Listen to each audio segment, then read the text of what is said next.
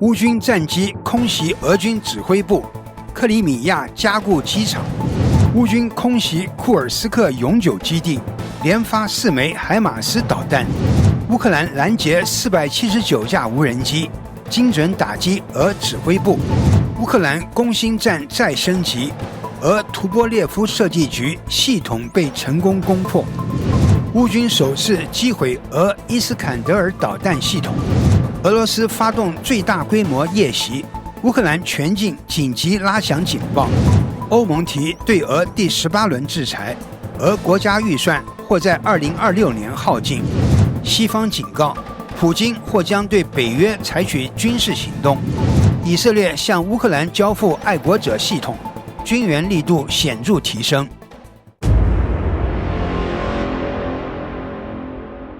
大家好，欢迎收看新冷战情室，我是雨桐，请大家先为我们的节目点赞留言，谢谢大家。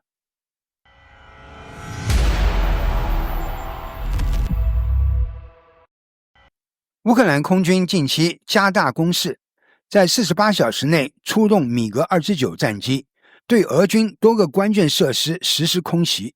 乌方报告称，当地时间6月8日至9日，战机密集出动，不仅摧毁了2个俄军临时指挥部，还打击了1处桥梁和渡口、1套通信设施、1艘军船以及4套无人机发射系统。战场画面显示，乌军战机快速突入俄军阵地后，投掷多枚 AASM 制导炸弹，空中火光与爆炸声交织，场面极为震撼。随着预警机的配合，乌军打击精度明显提高。在顿涅茨克和扎波罗热等前线均展开了突袭。尽管莫斯科方面暂未公开回应，但外界观察到类似行动已成为常态，几乎每周都有类似空袭发生。与此同时，乌方对夏诺夫哥罗德萨瓦斯莱卡机场的袭击也爆出更多细节。有目击者称，当地接连传出20次巨响。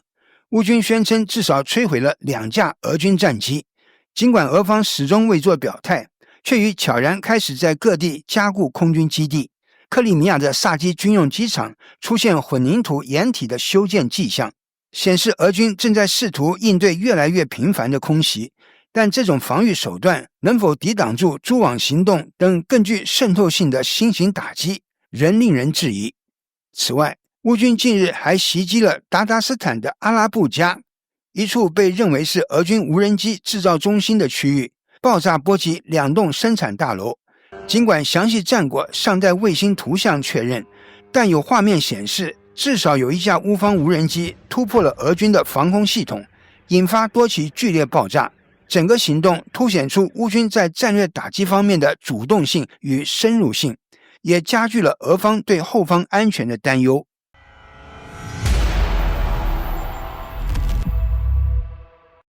乌克兰对俄罗斯边境的打击再度升级。最新传出的画面显示，当地时间6月9日，乌军出动海马斯导弹袭击了库尔斯克雷尔斯克地区的一处俄军永久基地。黑烟在空中翻腾，爆炸声在夜间回荡。据称，此次行动共发射了4枚导弹，目标明确，直指俄军长期部署的关键据点。虽然俄方尚未做出公开回应，但从起火和爆炸的规模来看，损失恐怕不小。这并非乌军首次对库尔斯克动手，早在5月末，他们就曾经使用海马斯系统打击了位于科列涅沃附近的另一处永久基地。当时的目标是俄罗斯海军陆战旅，如今再度打击雷尔斯克，似乎延续的这一战术节奏。值得注意的是，这些陆战队员中不乏曾在黑海舰队服役的水手，在军舰被击沉后，他们被改编入陆战队，并部署到库尔斯克，这里也逐渐变成了俄军攻击乌克兰苏梅地区的重要前线。乌军对该地的打击显然不是偶然，而是对俄军战略集结的直接回应。从近期动向看，俄军正将大批兵力从克里米亚与赫尔松方向转移至苏梅前线，超过40辆军用卡车、10门自行火炮以及防空系统接连出现在通往苏梅的运输线上，规模之大创下近半年来的新高。大战的气息已经愈发浓烈。而在俄罗斯另一处重要边境节点别尔哥罗德，乌军的弩炮特种部队也展开了快速突袭。据悉，行动中成功摧毁了俄军的后勤车队，击毁装甲车和军用卡车各数辆，并引爆一个临时弹药库，引发连续爆炸，造成后勤严重受挫。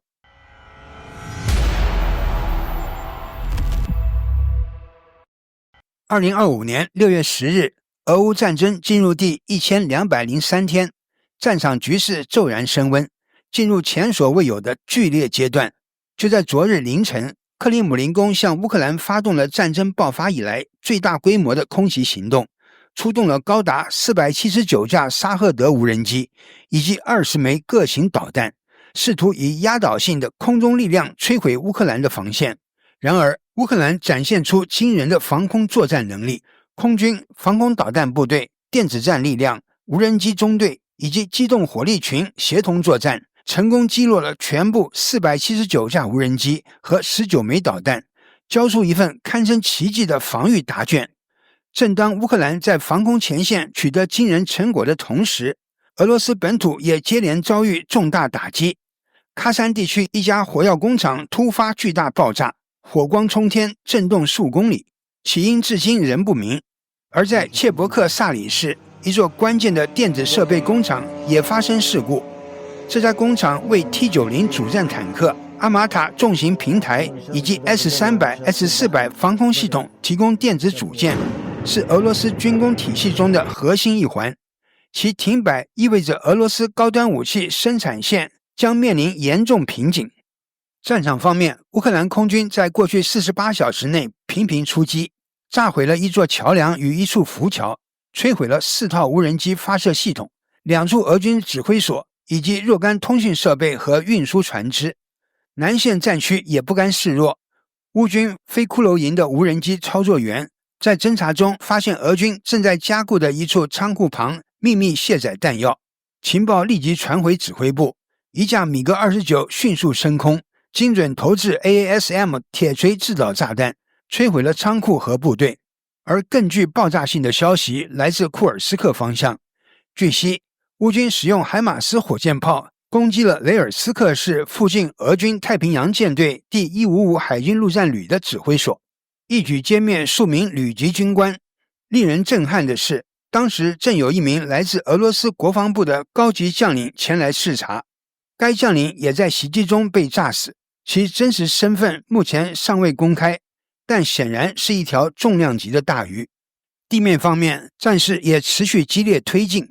俄罗斯军队罕见的第2次越过第聂伯罗彼得罗夫斯克州边界，一支小规模突击队通过渠道悄然渗透，在特罗伊茨基以西约 2.5 公里处出现。乌方官员表示，这更像是一次试探性的渗透行动，目前尚未构成全面威胁。尽管如此，俄军的调动动作依旧频繁，尤其在哈尔科夫与苏梅方向，大量装甲车、火炮、防空系统正被高调推进至前线，毫不掩饰其动作，仿佛有意展示力量。然而，这种亮肌肉的方式也暴露了部署路径，相关画面不断在社交平台曝光，给乌军反击提供了情报便利。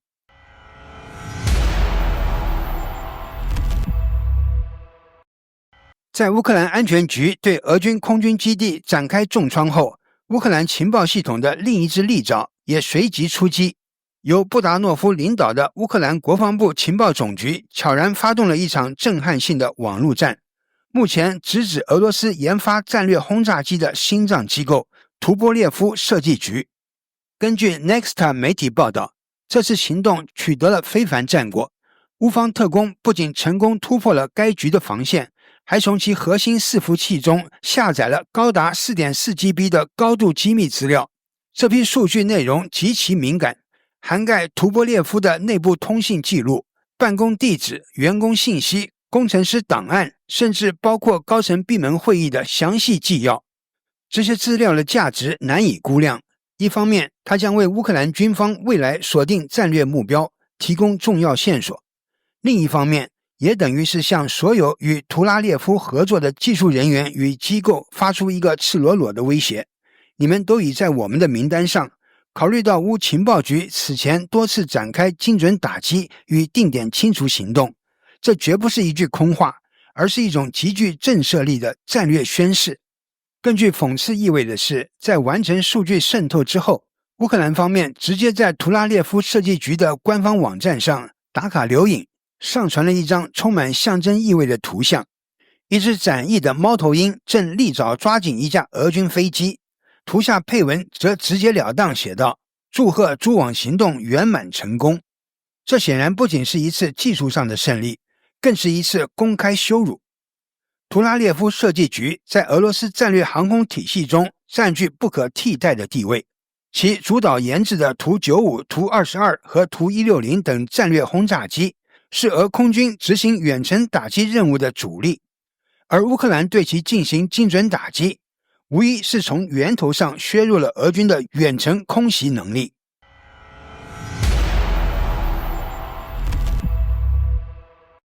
乌克兰对俄罗斯的打击行动再度突破外界预期。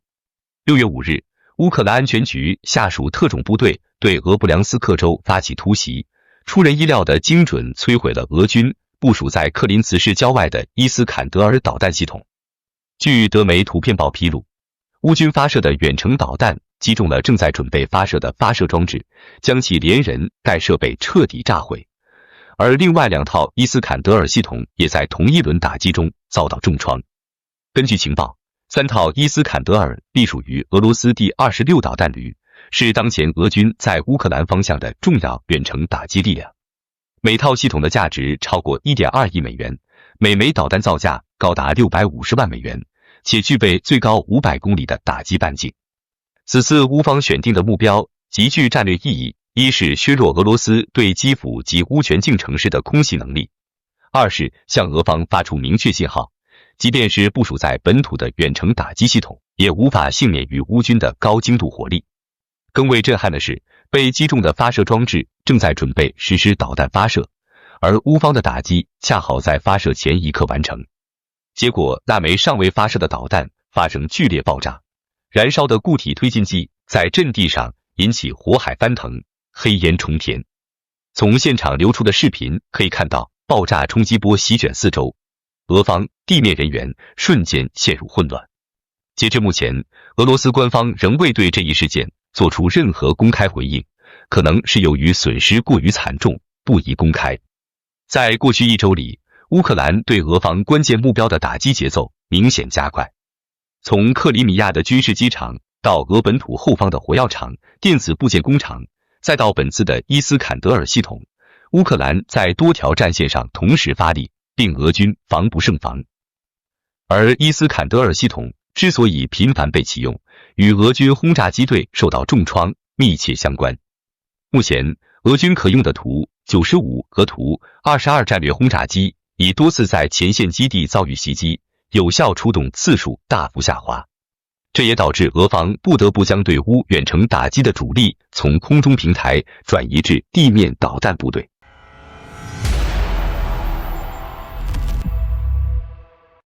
6月9日，乌克兰空军宣布，俄罗斯发动了自战争爆发以来规模最大的夜间无人机袭击，共出动了479架无人机，另有20枚各型导弹同时袭击乌克兰多个地区，重点锁定中部和西部。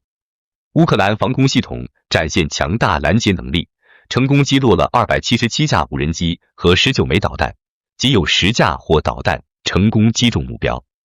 基辅军事管理部门通过电报平台透露，首都遭受俄罗斯空袭，防空部队奋力抵抗。波兰武装部队作战司令部也紧急响应，派出战机守护靠近乌克兰边境的领空安全，防止袭击波及波兰及其盟友。作战司令部在 X 社交平台表示，这一系列行动旨在保障与战区相邻地区的安全。面对可能的导弹和无人机大规模袭击预警，乌克兰全境随即拉响防空警报，紧张局势一触即发。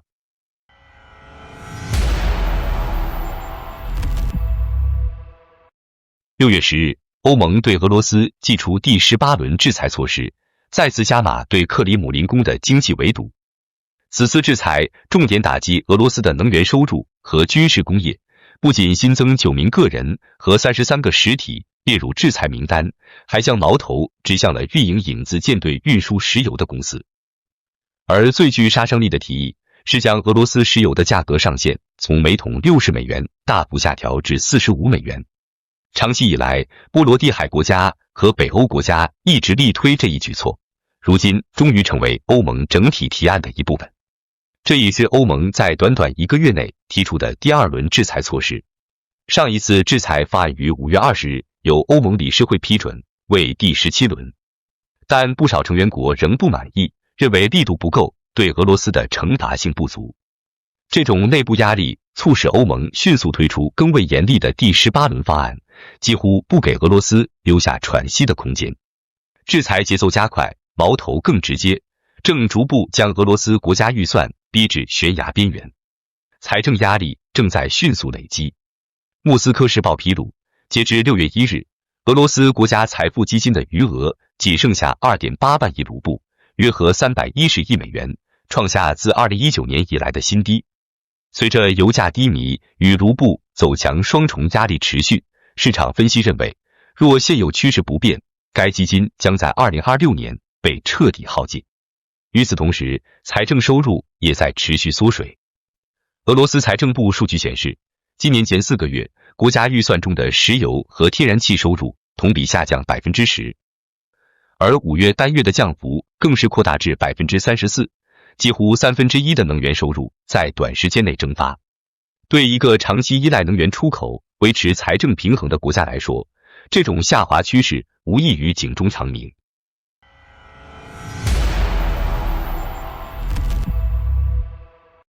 6月9日，在伦敦查塔姆研究所的一场重量级演讲中，北约秘书长卢特 Mark Rutte 掷地有声地发出警告，俄罗斯总统普京可能在2030年前对北约发起攻击。这不是耸人听闻，而是他基于俄罗斯当前军工生产能力和地缘政治野心做出的严肃评估。卢特指出，俄罗斯如今3个月内所生产的弹药数量已经相当于北约1整年的产量。这一惊人差距意味着，如果不立即行动，西方将无法在未来的冲突中应对可能出现的猛烈攻势。面对这一紧迫现实，卢特呼吁北约成员国必须在集体防御上实现质的飞跃，不仅要在军备数量上大幅提升，更要在战术思维和协作效率上彻底革新。他提出的一整套计划几乎是欧洲军事体系的再造，数千辆新型装甲车和坦克，数百万枚炮弹，更强的海军力量、无人机队伍，以及至少700架 F-35隐形战机的部署。而在空中防御方面，卢特提出一个大胆目标，防空和导弹防御能力提升 400%。这是他在讲稿中一再强调的。我们在乌克兰看到了俄罗斯如何从空中带来恐怖，我们必须强化领空的屏障。卢特此番强硬表态也正值关键时刻，北约各国将在本月稍晚于海牙峰会聚首，讨论未来10年国防支出新目标。他希望各国同意到2032年，军费开支应达到 GDP 的 3.5%， 并有 1.5% 用于网络安全与边境防御等非传统安全领域。目前，除了波兰已经达到军费占比 4.12% 的领先地位外，西欧国家普遍滞后。英国首相斯塔默虽承诺到2027年将国防开支提高至 GDP 的 2.5%，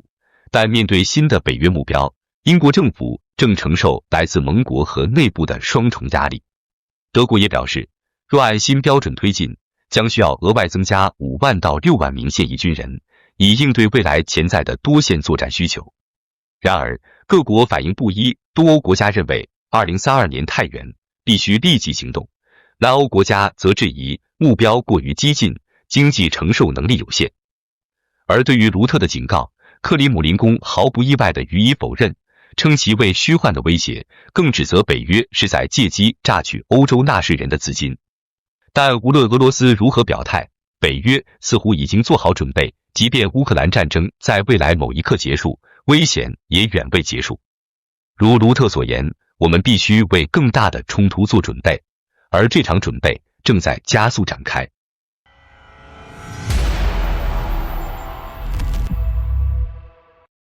以色列对乌克兰的军事援助突然加码，引发国际高度关注。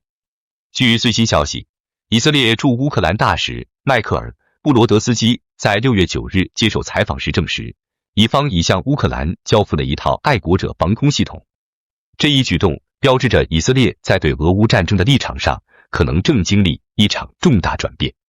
布罗德斯基表示，这套防空系统是以色列军方在1990年代服役过的旧型号，经过技术升级后，目前已运抵基辅。这也意味着以色列过去对乌克兰相对克制的援助方式正在被打破。